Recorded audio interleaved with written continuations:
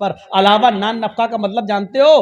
علاوہ یعنی 5,000 روپے یہ تو نقد آپ کو دینا پڑے گا بیوی کو جو مہر ہے، علاوہ نان نفقہ، علاوہ نان نفقے کا مطلب روٹی اور کپڑا اور خرچہ، کپڑا، خرچہ، دوا، یہ سب آپ کی ذمہ داری ہے، کھانا آپ کی ذمہ داری ہے۔ اگر آپ کی بیوی کھانا نہیں بناتی ہے تو آپ زبردستی نہیں بنوا سکتے ہو، چل کھانا پکا، نہیں، وہ کہہ سکتی ہے نہیں ہم نہیں پکائیں گے، جاؤ کیا کر لو گے۔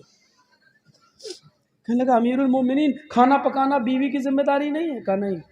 بچے اچھے دھلانا بیوی، ٹھیک ہے ٹھیک ہے، ہم کو بتا دیا یہی ٹھیک ہے، کہیں میری بیوی کو مت بتا دینا، ہم جا کے سن لیں گے تھوڑی بہت باتیں، اگر یہ بتا دیا تو سر پہ چڑھ جائے گی، کل سے کھانا بھی ہمیں بنانا پڑے گا، پیشاب پائخانہ بھی ہمیں دھونا پڑے گا۔ حضرت عمر نے کہا کہ جب وہ سب کچھ کر دیتی ہے تو تھوڑی سن لیا کرو، جاؤ تھوڑی سن لیا کرو، اتنا بھی نہیں سن سکتے ہو؟ کہا نہیں سن لوں گا، تھوڑی نہیں، اب تو جتنی سنائے گی اتنی سن لیا کروں گا۔ ٹھیک ہے آپ نے مجھے بتا دیا، کھانا پکانے سے تو بہتر ہے، پیشاب پائخانہ دھونے سے تو بہتر ہے، سن لوں، سننے میں کیا جا رہا۔ ایسا ہی ہونا چاہیے۔ اللہ کے رسول کس طریقے سے اپنی بیوی کے ساتھ رہے، ناراض ہو گئیں اما عائشہ۔ ایک بار اللہ کے رسول کے پاس کھجور آیا تو اکیلے نہیں کھا رہے ہیں، عائشہ ناراض ہیں، پہل خود کر دی، عائشہ لو کھاؤ۔ اب وہ غصے میں تھی، نہیں کھاؤں گی، بھوک نہیں ہے، چہرہ پھیر لیا۔ اللہ کے رسول ادھر سے آئے ادھر آ گئے، عائشہ چلو غصہ تھوکو، لو کھاؤ۔ یعنی انہوں نے چہرہ ادھر کیا تو اللہ کے رسول اٹھ کے ادھر آ گئے۔ ہم لوگ ہوتے اور ناراض ہوتی ہماری بیوی تو کیا ہوتا؟ صحیح بتانا۔ جرجیت صاحب نے کہا لو کھاؤ، اب وہ غصے میں کہتے ہاں میں نہیں کھانا، تو ہم تھوڑی ادھر آئیں گے، جیسے چہرہ ادھر گھمایا منہ پکڑ کے کھا رہی کہ نہیں کھا رہی، نخرے مت دکھا جاتا، ایک تو منا رہا ہوں تجھے، چل کھا لے۔ ہمارا رہن سہن یہ ہے۔ اللہ کے رسول وہاں جاتے ہیں، عائشہ محبت کا انداز دیکھو، عائشہ لو، کائنات کا امام اپنی بیوی کو منا رہا ہے، اور بیوی کو منانے سے کوئی چھوٹا نہیں ہو جاتا ہے۔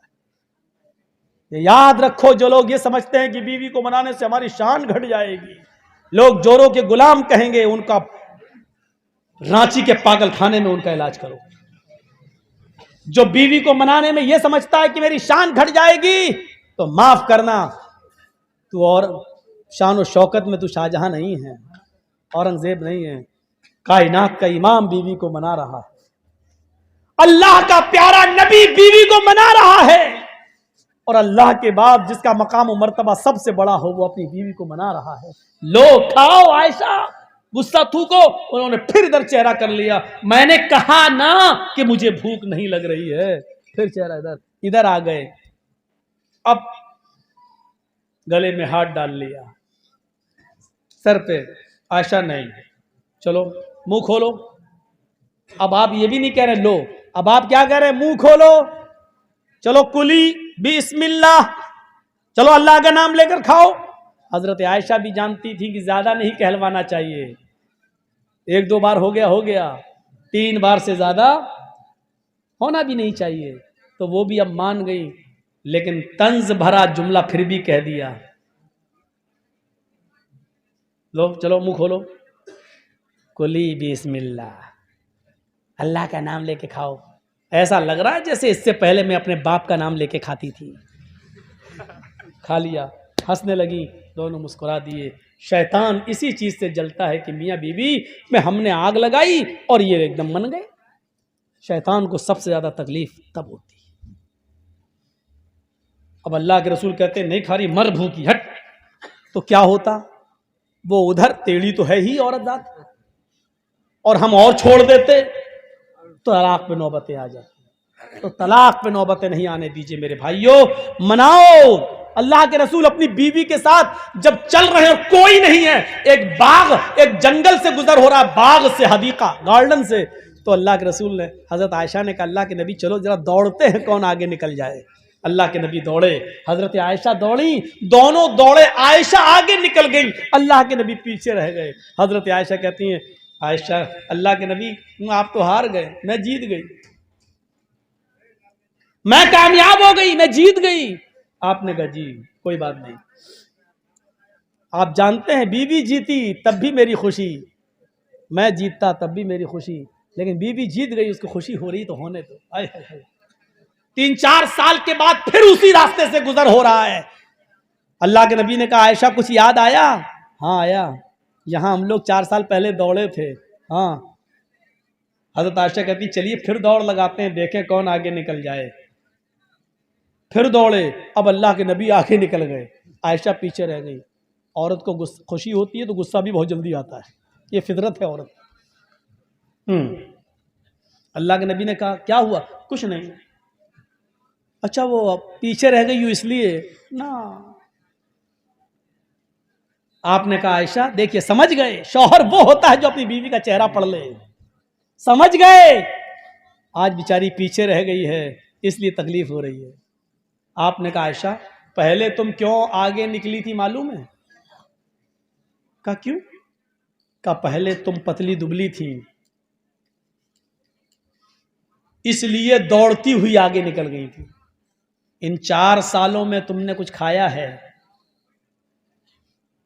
مدینے کے کھجوروں نے تمہیں تھوڑا موٹا کر دیا ہے، پہلے سے تمہارا وزن تھوڑا بڑھ گیا ہے، اس لیے پیچھے رہ گئی، میں آگے نکل گیا۔ ہو سکتا ہے ابھی بھی اللہ کے نبی سمجھ رہے ہیں کہ وہ خوشی نہیں ہے جو ہونی چاہیے۔ آپ نے کہا عائشہ اس میں غصہ ہونے کی کیا بات؟ ایک مرتبہ تم جیتی، ایک مرتبہ میں، میچ ڈرا، فائنل ہم لوگ دوڑیں گے ہی نہیں کہ کسی کو تکلیف ہو۔ اب عائشہ نے دماغ لگایا، اما عائشہ ہاں بات تو صحیح ہے، ایک مرتبہ میں بھی تو جیت چکی ہوں اور ایک مرتبہ آپ، ابھی تو برابر ہوا ہے۔ تب تو شوہر نبض سمجھتا ہے بیوی کس بات سے خوش ہوتی ہے۔ آپ نے کبھی نبض سمجھنے کی کوشش کی؟ نبض پڑھیے، پہچانیے، ہر چیز عورت منہ سے نہیں کہتی ہے۔ ایک بار غصہ بھی آیا اللہ کے رسول کو اور کسی بات پر غصہ ہو کر قسم کھا لی کہ میں 1 مہینے تم لوگوں سے بات نہیں کریں گے، کسی بیوی سے ہم نہیں ملیں گے، قسم کھا لی۔ 1 مہینے قسم پورا کرنے کے لیے آپ اوپر چڑھ جاتے، نماز پڑھ کے آئے اور چھجا تھا وہاں لکڑی کا تخت، اسی پہ چلے جاتے تھے، کسی سے نہیں بات کرتے تھے۔ 29 دن ہو گئے، مغرب کی نماز پڑھ کے آئے، کہا عائشہ السلام علیکم، لاؤ کھانا وانا لاؤ، کیا بنایا ہے؟ حضرت عائشہ کھانا لے کے آئیں، لیکن 29 دن کے بعد پھر طنز مار رہی ہیں۔ کیا کہہ رہی ہیں؟ اللہ کے نبی جی آپ نے تو 1 مہینے کی قسم کھائی تھی، آج تو 29 ہی دن ہوئے ہیں، صبر نہیں ہوا؟ یہ عورت کی فطرت ہے، وہ کچھ نہ کچھ کہے گی، اور مرد کی فطرت یہ ہونی چاہیے کہ اس کو اپنی عورت کی سننا چاہیے۔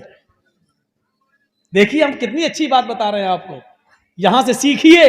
اللہ کے نبی سے کیا کہا حضرت عائشہ نے؟ آج تو 29 ہی دن ہوئے ہیں، مغرب کے بعد آ گئے، کھانا لائیے۔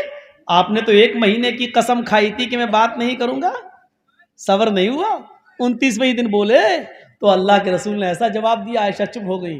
آپ نے کہا عائشہ مہینہ 29 کا بھی تو ہوتا ہے، اور دیکھو چاند ہو گیا ہے، یعنی مہینہ ختم۔ مغرب میں ہم چاند دیکھا گیا، مہینہ 29 کا بھی ہوتا ہے، اور آج 29 کا چاند ہوا ہے، یعنی مہینہ ختم۔ میں نے 1 مہینے کی قسم کھائی تھی، مہینہ پورا ہو گیا۔ اچھا چاند ہو گیا؟ ہاں، یہ ہے میاں بیوی کے درمیان تعلقات۔ میرے بھائیوں ان کو بگڑنے مت دیجیے، لوگ چاہیں گے، کوششیں کریں گے بگاڑنے کی، تو ولا توقن والدیک، بول رہا تھے ماں باپ کے اوپر، پہنچ گئے میاں بیوی کے، ولا توقن والدیک وان امراک ان تخرج من اہلک ومالک، 2 چیزیں۔ تیسری چیز ولا تترکن صلاۃ مکتوبۃ متعمدا فان من ترک صلاۃ مکتوبۃ متعمدا فقد بریت منہ ذمۃ اللہ، فرض نماز کبھی قصدن جان بوجھ کر مت چھوڑنا، جو فرض نماز جان بوجھ کر چھوڑ دیتا ہے اللہ رب العالمین کے اوپر سے اس کی ذمہ داری اٹھ جاتی ہے، پھر اللہ کو اس کی کوئی فکر نہیں ہوتی۔ فرض نماز کبھی جان بوجھ کر مت چھوڑ دو۔ جنگ ہو رہی ہے لیکن صحابہ نماز نہیں چھوڑ رہے، اگر 500 آدمی جنگ لڑ رہے ہیں، اذان کا ٹائم ہو گیا تو 250 لوگوں نے مورچہ سنبھال لیا اور 250 لوگ نماز پڑھنے میں مصروف ہو گئے۔ جب یہ 250 نماز پڑھ چکے تو انہوں نے مورچہ سنبھال لیا اور جو لڑ رہے تھے انہوں نے نماز پڑھنا شروع کر دی۔ میرے بھائیوں، جنگ ہو رہی ہے لیکن صحابہ نے نماز نہیں چھوڑی۔ نماز کسی بھی قیمت پر معاف نہیں۔ جرجیس صاحب کو RSS کے کچھ گنڈے پکڑ کے باندھ دیں، پیڑ سے باندھ دیں، لاٹھی ڈنڈے برسائیں، ہاتھ پیر بندے ہیں، ابھی زندہ ہیں جرجیس صاحب، اور اذان کا ٹائم ہو چکا ہے، آواز آ رہی ہے اللہ اکبر اللہ اکبر۔ جرجیس صاحب کے اوپر اب فرض ہو گیا کہ وہ نماز پڑھیں۔ یا اللہ، گنڈوں نے باندھ رکھا ہے، ہم نماز کیسے پڑھیں؟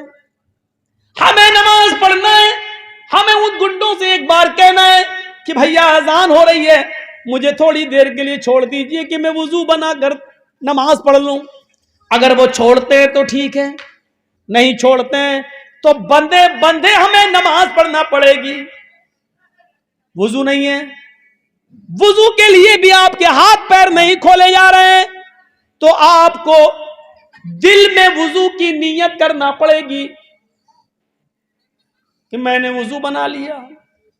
اگر میں کھلا ہوا ہوتا تو وضو ضرور بناتا، لیکن میں بندھا ہوا ہوں اور ان لوگوں نے مجھے وضو بنانے کے لیے پانی نہیں دے رہے، ہاتھ پیر نہیں کھول رہے۔ اے اللہ، میں نے نیت سے وضو بنا لیا، میری نیت وضو کی ہے، آپ کا وضو ہو گیا۔